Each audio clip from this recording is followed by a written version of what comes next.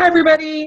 So this can be really fun. We are here to talk about the latest episode of Doctor Who, season 10, and we're talking about the Empress of Mars, which is the ninth episode of this season. And my friend Jonathan is here to talk it out with me. You want to say hi? Hello. And so I'm new to Doctor Who. This is my first season I've ever watched, and I think this is one of those episodes that will really come into play as far as understanding and enjoyment. Other ones are a little bit more sort of standalone, but we'll talk about it a little bit. So, what were your overall thoughts of this episode? Well, after the last couple of episodes, I really liked this one. I enjoyed this one quite a lot more than the last couple.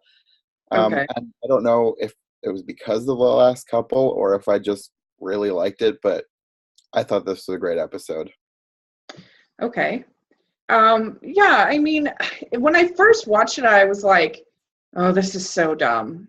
This is really stupid. It felt very like Power Ranger-y to me. Like it seemed like these Ice Warriors were right out of Rita Repulsa and her baddies in Power Rangers. I guess I can see that.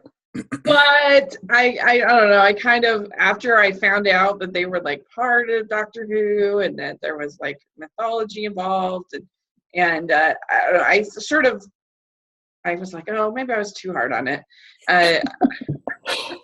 So it's fine. I enjoyed it, but it's certainly not anything that excited me like the Thin Ice or Knock Knock did, personally. Those are still definitely my two favorite for sure. So, but I agree, it was better than the last three, in my opinion, for sure.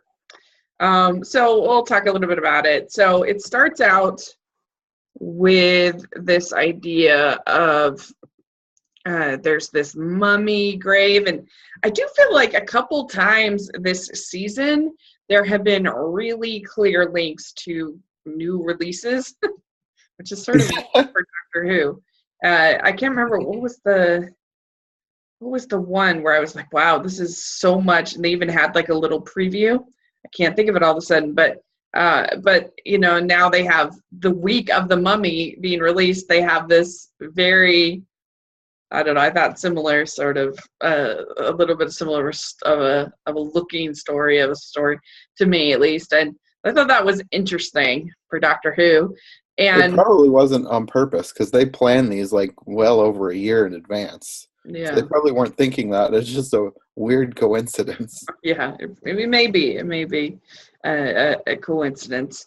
But anyway, so. It starts out, you have these soldiers, there's like Victorian soldiers, and the soldiers are like constantly trying to get into the tomb, and they're trying to stop them and from getting in the tomb, and also NASA finds on the moon, or not On Mars. on Mars, finds the words "God save the Queen," and so here's kind of how we sort of have this as a big kind of flashbacky kind of story. Well, no, once the doctor saw that, he was like, I need to figure out how those words got there. So we went back in time Right. to that point on Mars to find who left the message. Right. To 1881 to investigate. And there are these soldiers there, and Nardole leaves with the TARDIS, and he goes back, and the TARDIS isn't working correctly. It's one of those things where the TARDIS kind of has a mind of its own sometimes, and I'm wondering if that's just the TARDIS being the TARDIS. I don't know if there was anything wrong with it, or if the TARDIS just decided it wanted to leave. Right. Because Okay. they'll have that sometimes when they don't want the Doctor to have an easy way out. They've got to get rid of the TARDIS somehow. Like sometimes it'll be sealed off in another tunnel, or it'll get buried under the earth, or just something will happen to the TARDIS and he won't be able to get to it for a while until like the end of the episode. They just want him to have as few recourses as possible so that he has to deal with the situation. It's one of their normal writing tricks, I guess. I think also the reason why they were doing this is to get Missy out of that vault. Yeah, that too. So Nardole needs help getting back. Do we know why he left in the first place? It was just the TARDIS. The TARDIS did it. It wasn't Nardole. He got in, and the TARDIS decided it was going to take off. Okay, we don't know why.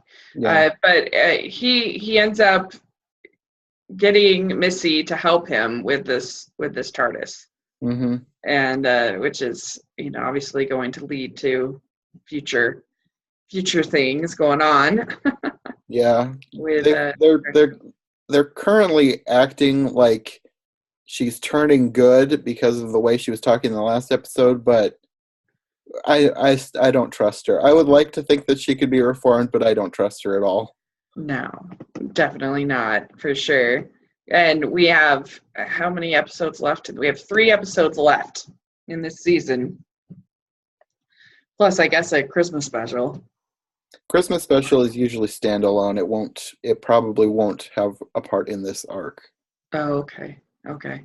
Yeah, so only 3 left, and 2 of them are from our favorite writer, Stephen Moffat. So that will be fun. It used to be I was always looking forward to Stephen Moffat's episodes, and now it's like I'm tentatively waiting, like, am I going to love this or am I going to be rolling my eyes? Yeah, I can see that. It's yeah, he's definitely divisive. I'll put it, at least give him that. So anyway,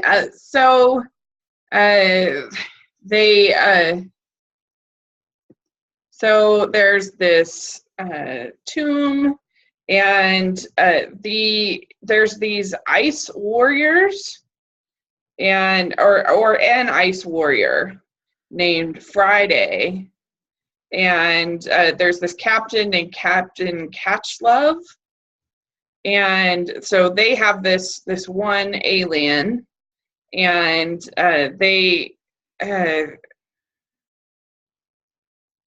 and anyway, so there's this debate between Catchlove and the other soldiers, and they end up bringing the rest of the aliens there. These ice warriors. I don't know. I guess the ice warriors are part of Doctor Who canon, correct? Yeah, they were mainly from the old series. There's been one other episode in the new series that has had a single ice warrior. But from what I've heard of the old series, because I haven't actually watched these episodes, I don't really have a way to watch most of them. The ice warriors were Mars' original inhabitants. So the ice warriors are to Mars what humans are to Earth. So they're kind of like a warlike race. They weren't in that many episodes of the old series, and from some of my research last night, I've kind of figured out that they're not always bad either. They were bad in like their first 2 appearances, so that people kind of got used to them being one of Doctor Who's main bad guys. And then after that, when they appeared, they were actually good because they had joined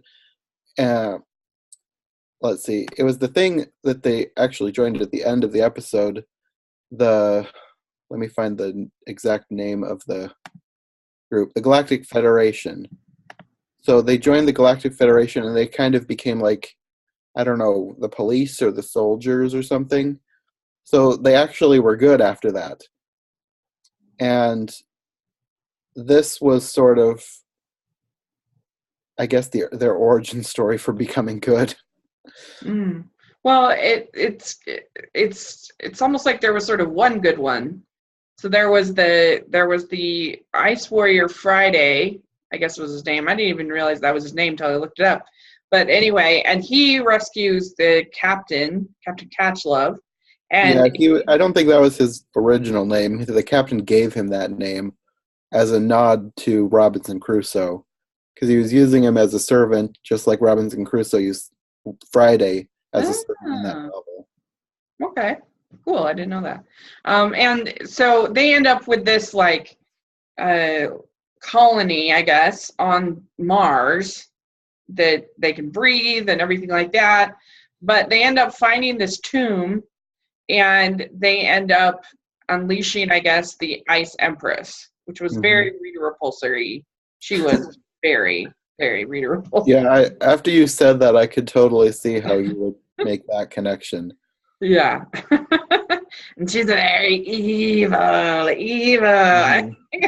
think when they have that in movies, like, I don't know if I believe you because I'm so evil.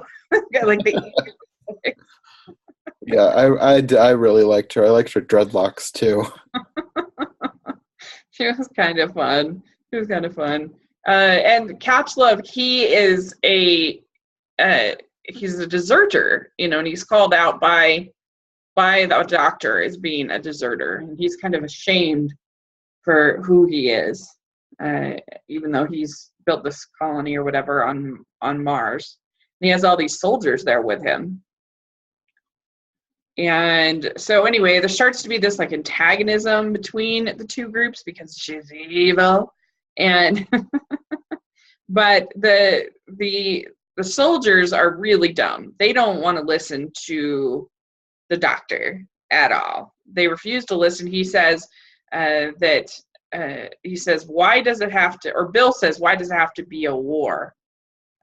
It's and then they say it's too late for Mars to stand alone. What do you think about any of that kind of back and forth that they had? Was that the part where the Empress was talking to Bill? Mm-hmm. Okay, yeah, I really liked that scene, and I really liked that the Empress picked out Bill to be the one to talk to. It just because she's not just because she's a woman, but she's the most level-headed person there. It seemed. The rest, yeah, like you said, the rest of the soldiers were just kind of dumb. They weren't listening to anything they should have been listening to. And I thought the whole scene worked because I really liked the Empress and I really liked Bill in this episode. Yeah, because there's this other soldier named Colonel Godsiker, I guess, and he's a more battle friendly, I guess you might say, Hmm. than Captain Catchlove, who's the Sort of, red. until the end when he decides to abandon everyone. Yeah, that's true. So yeah, it's interesting that the so you have basically uh, a guard that ends up shooting one of the you have one of the soldiers ends up shooting one of the aliens, but it just sort of grazes him, but it's enough to really tick off the ice princess Hmm. or whatever. And and that, yeah, so then they have their words, and then I mean there's more and more of these ice warriors that get like brought up from the surface, and then there's this battle, and it's interesting, but there's this like there's this device that that the doctor kind of gets, I don't know, gets control over, and then he like threatens to use it to like destroy all of them, everybody. And anyway, so there's all this back and forth between the two of them, I mean between the groups, which is interesting. They say to die in battle is the way of the warrior, and that you must pledge your allegiance to me and my world. And that's when I think it's Catchlove that agrees to pledge. He makes the Mm-hmm. pledge in order to have peace. Yeah. It was kind of supposed to be kind of a redeeming moment for him after his off-screen, unseen cowardice that was only mentioned. We didn't actually see him being a coward, but it was something he was struggling with, and that was supposed to be his redeeming moment to bring peace to the warring groups. Yeah. Yeah. What did you think of his character? I liked him. He seemed sort of like somebody we'd seen before, but I don't know. It's one of those things where I say a lot of things seem familiar, and he seemed familiar to me, and I'm not sure why. But I liked him as a character. I thought the actor did a good job, and I kind of liked that he joined the Ice Warriors. Just, it was something different. Instead of him going back to Earth, he's sort of, I don't know if you would call him like an ambassador to these people, but I thought it was an interesting twist, and I'm kind of hoping we'll see him again. Mm-hmm. And he had a weird, cool spacesuit. The spacesuits were sort of steampunky, I thought. They had the little, I don't know, Victrola bullhorn type thing on the side, like for an earpiece or something. I don't know. It was weird and cool. I really liked that. Yeah, that was cool. I mean, I never thought about steampunk, but you're absolutely right. It does definitely have a steampunk feel to it, the episode, for sure. Especially when you think about the fact that it was like people from the 1800s Yeah. going to Mars. It really felt like one of like a book that might have been written back then, like that era of science fiction, Mm-hmm. like Jules Verne or something. Yeah. Well, and it would have been very easy in a anti-war or war story to come off very preachy in this, but I feel like they did a pretty good job not doing that in here. Yeah, Doctor Who, sometimes it treads a fine line on being preachy, and it just depends on who the writer is. Some writers are better at it than others, and I guess Mark Gatiss is better at it than others. Yeah, I think he did a pretty good job. This seemed like more an episode for children to me than some of the other episodes that we've seen. I mean, and originally Doctor Who was for children, correct? Yeah. When it was first thought up of, it was supposed to be a way to teach children history. The TARDIS would go back in time, and they'd land in a time period, and it would teach them about what happened during that time by interacting with the people of the time. Yeah. And then it sort of evolved and grew into more science fiction, but it was always meant to be something that the whole family could watch. Sometimes some episodes get a little bit too intense, and I think it would probably scare a lot of kids, but this one seemed like one that was made more with kids in mind. Yeah. Especially with the way the Ice Warriors killed people. It wasn't graphic, it was just weird. Yeah, that's true. I don't know. Just they had. I think that maybe that Power Ranger kind of feel to me seems. Yeah, I can totally see that now that you've mentioned it. Mm-hmm. And I think that sometimes we miss that whole like just villains nowadays. Like you don't really see the over the top bad guys like you used to. Now it's like everything has to be like more. There's always all these villain reveals, and there's always these conflicted villains and blah blah blah. Like I like a good old fashioned like I'm a bad guy and I have an evil laugh and that kind of a thing. Personally, I'm a little burnt out on the villain reveal lately, but so I don't know. I think stuff like it's kind of fun. Just the old school villain. Yeah, I liked her. She was different in a good way. They don't usually have that many, I don't know, cackling supervillain type people. Mm-hmm. Yeah, I guess her name was Araxa. What's her name? Something like that. Something like that. Yeah, and so it's interesting, and they just go sort of back and forth between the Doctor, Couch Love, the warriors. At a certain point, she's making more, and then the doctor is going to bury them, and then the captain pledges his allegiance, and basically they kind of form a bond, I guess, between the warriors and the they're kind of welcomed, I guess, to the universe, these ice warriors, and then they let Bill and the doctor go free, and Catchlove stays with the Martians to help forge this like new world. And he says, to help forge a new world will be my privilege.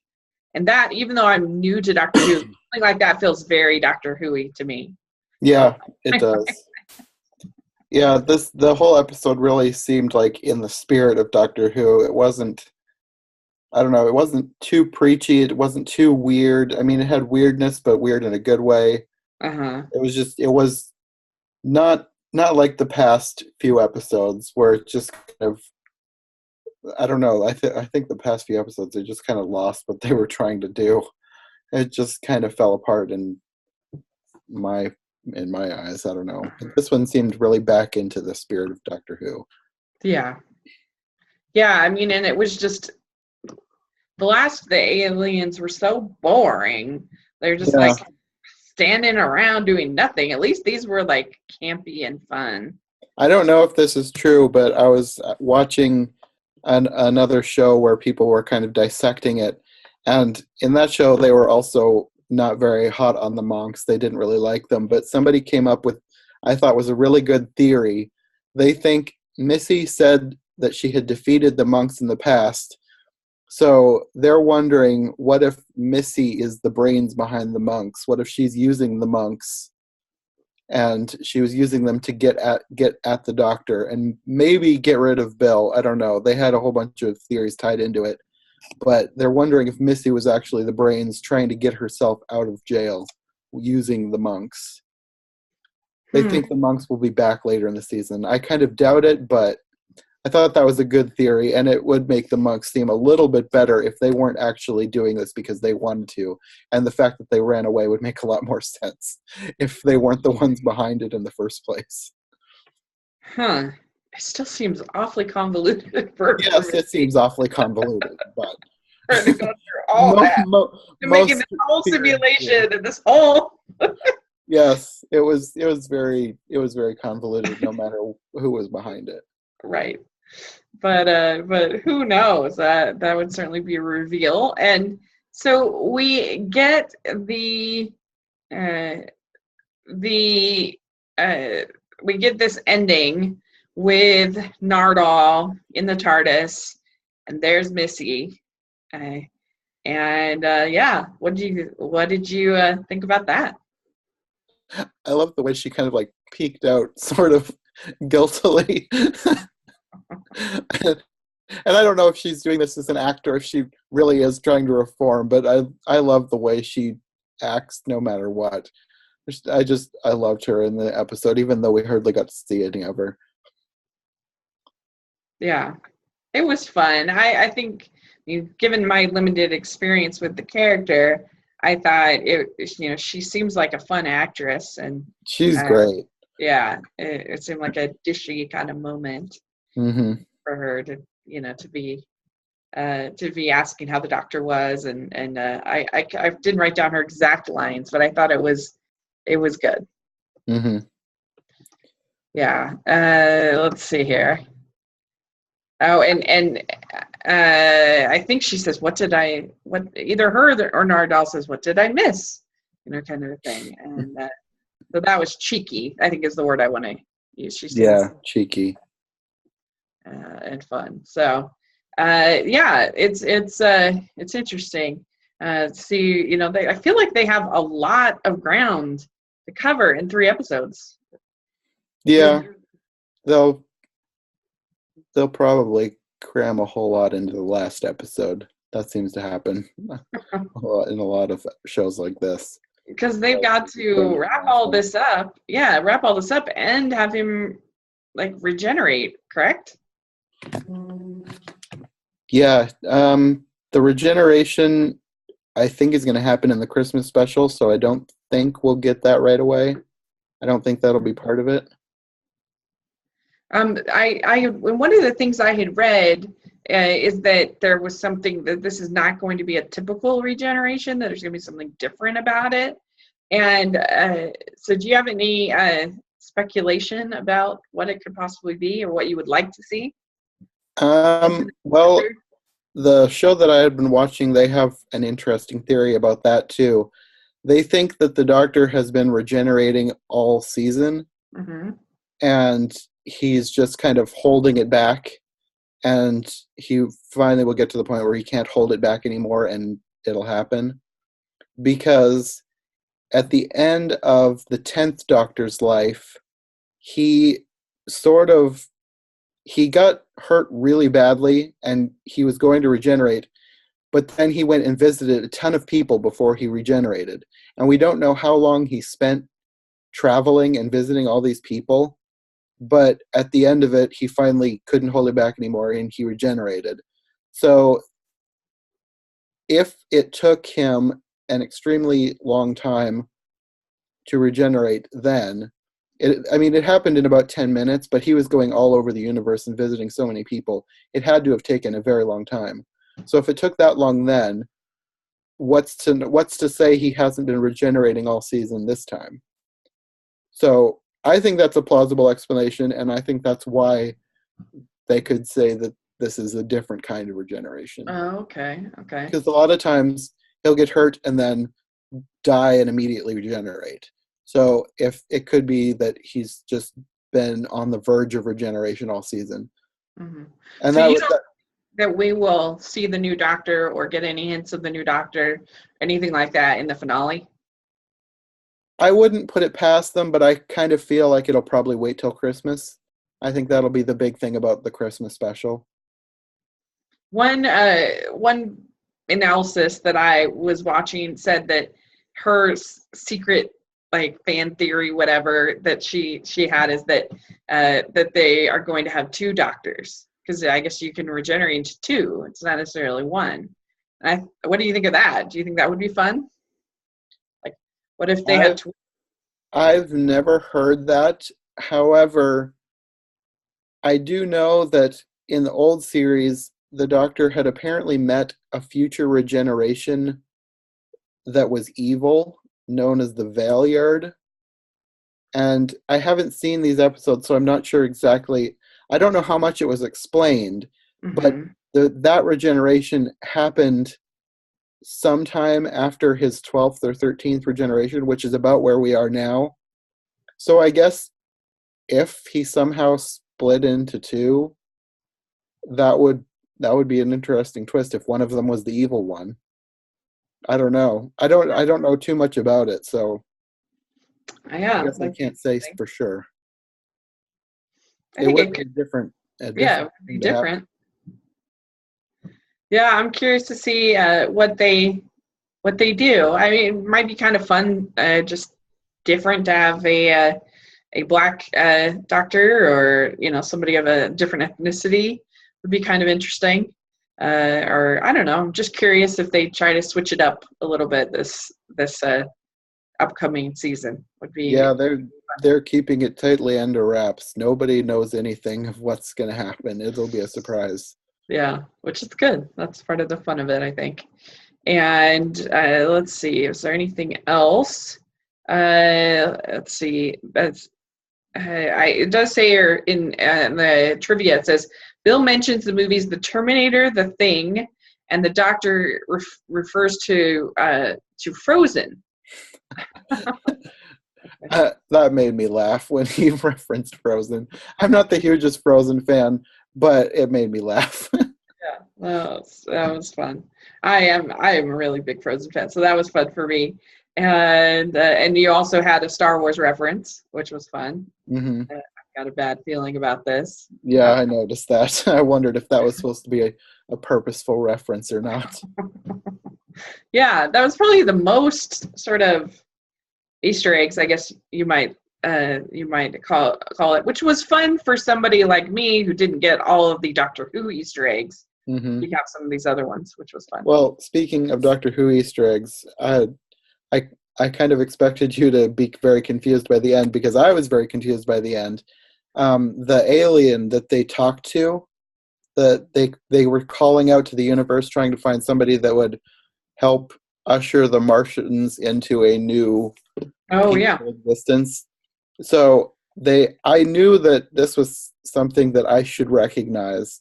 It was an alien named Alpha Centauri, and I have not seen the episodes that this alien is from, but I knew that this was not just a random alien that they invented for this episode. I knew that this was something from the past, and I looked it up. So this alien is sort of like a galactic ambassador, and in the previous episodes that this alien was seen in, those were the episodes where the Ice Warriors were used for good. They were like sort of police or bodyguards or something. I need to watch the episode so I know for sure. But this alien is like a galactic ambassador, part of the Galactic Federation. So the person who played the alien was actually the same person who played this alien in the past. She apparently retired in the 90s, and she's now like 92. But she came back just for this episode. She hadn't done any work since the 90s. Huh. But they convinced her to come back and record some lines just so they could have her play the same part again, which I thought was really cool. Even though I wasn't familiar with the character, I love that they went back to past episodes to tie this into the larger Doctor Who universe. Yeah, and I love that they got the same actress. That is cool. I didn't know that. That's really neat. Yeah, that was great. It's cool when a show really has a good attention to detail. Yes. Like that. It makes you feel like they really are trying to make something good. Yeah, I love that they did that, and it sort of, because from what I read, the first couple of appearances, the Ice Warriors were evil, and then it was sort of a surprise when the Doctor discovered them good in these other episodes. So this is sort of the origin story of why they turned from evil to good. This was sort of the point where they decided to leave their warlike behavior behind. It's basically this female that's up to no good. This Araxa or whatever. She's the one that's causing all the problems. So, all right. Well, I think that covers most everything that I had. Let's see if there's anything else. Yeah, that was basically everything I had. Did you have anything else you wanted to talk about this episode? No, I think that was it. I thought I wanted to mainly talk about the alien at the end, Alpha Centauri. Yeah, that was fun. I'm glad you found that out. That was so interesting to me that they did that, and I wanted to make sure we got that in there. Yeah, for sure. Yeah, so out of 1 to 10, where would you give this one? Probably an 8 or an 8.5. Okay. I was, after the last few episodes, I'm feeling super generous. I think I gave it a 7, a little bit lower than you, but I enjoyed it. It was fine. It's kind of cheesy, but there's fun in that. So, and so the more I sort of learned about it, the more I appreciated it, I guess. Yeah. If that makes sense. Yeah, I really liked it. And like I said, I don't know if it's because I was kind of disappointed by the resolution of the last trilogy of episodes or not. Yeah. But whatever reason, I really enjoyed this episode. Yeah, it was good. It was a lot of fun. So, so that is this episode of Doctor Who. We've got 3 more left, so that will be really fun to talk about those. And so where can people find you? I'm on Twitter at John J. North, JONJ, North like the direction, and I have a YouTube channel. Yeah, it's awesome. And you can find me at Spawn the LDS Girl on all social media and at 54 Disney Reviews. And this is kind of slow week for me with podcasts, but I think we're actually going to do the Apollo 13 podcast that we were going to do last week, or I think we're going to do it tomorrow. Sort of depends on my co-host's availability on that one. So, but hopefully, but that's really on my channel. I'm doing something for the first time this week. I have my very first guest. My cousin decided that she was going to join me for one of my Wonderland Wednesday episodes.